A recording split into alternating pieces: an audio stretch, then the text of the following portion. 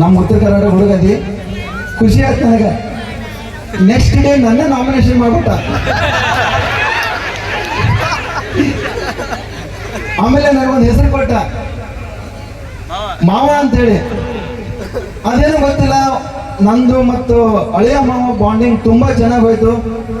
ನಾನು ಮನಸ್ಪೂರ್ವಕವಾಗಿ ಇವನ್ನ ಅಳಿಯ ಅಂತ ಸ್ವೀಕಾರ ಮಾಡಿದ್ದೀನಿ. ನನ್ನ ಮಗಳು ಬಹಳ ಚೆನ್ನಾಗಿದ್ದಾರೆ, ಇನ್ನ ದೊಡ್ಡಕ್ಕಿದ್ರೆ ಕೊಟ್ಟಿದ್ದೆ, ನಾನು ದೊಡ್ಡಕ್ಕೆ ಮಗಳಿದ್ರೆ ಕೊಡ್ತಿದ್ದೆ.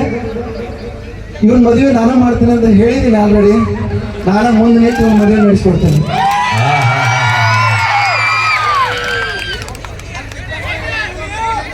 ಮನುಷ್ಯ ಜೀವನದಾಗ ಏನೂ ಹೊತ್ಕೊಂಡು ಹೋಗಲ್ಲ, ಒಳ್ಳೇದು ಕೆಟ್ಟದ್ದು ಎರಡ. ಅದೇ ರೀತಿ ನಾವು ಎಷ್ಟು ದಿನ ಬದುಕ್ತೀವಿ ಅಂತ ಯಾರಿಗೂ ಗೊತ್ತಿಲ್ಲ. ಇರೋದು 4 ದಿನ. ಆ 4 ದಿನದಾಗ ಎಲ್ಲ ಹುಟ್ಟಿದೀವಿ, ಎಲ್ಲ ಬೆಳೆದಿದ್ದೀವಿ.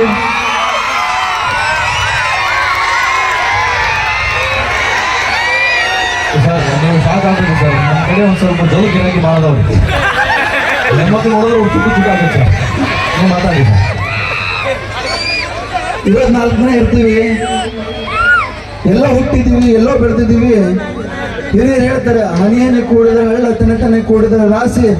ಆ ಥರ ಎಲ್ಲ ಹುಟ್ಟಿ, ಎಲ್ಲೋ ಬೆಳೆದು, ಎಲ್ಲೋ ಕೂಡಿದ್ದೀವಿ.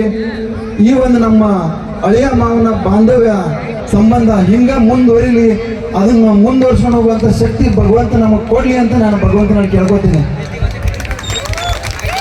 ಬಿಗ್ ಬಾಸ್ ಮನೆಯೊಳಗ ಯಾರೆಷ್ಟು ಖುಷಿ ಪಟ್ಟರು ನನಗೆ ಗೊತ್ತಿಲ್ಲ. ನಮ್ಮ ಹಳೆಯ ಗೆಲ್ಲಬೇಕಂತ ನನಗೆ ಭಾಳ ಖುಷಿ ಇತ್ತು. ಗೆದ್ದ, ಬಹಳ ಖುಷಿ ಆಯ್ತು ನನಗೆ. ನಾನು ಗೆದ್ದಿದ್ರು ಕೂಡ ಆ ಸೆಲೆಬ್ರೇಷನ್ ನಾನು ಮಾಡ್ತಿರ್ಲಿಲ್ಲ. ನಮ್ಮ ಹಳೆಯ ಗೆದ್ದಿದ್ದು ನನಗೆ ಭಾಳ ಖುಷಿ ಆಯಿತು.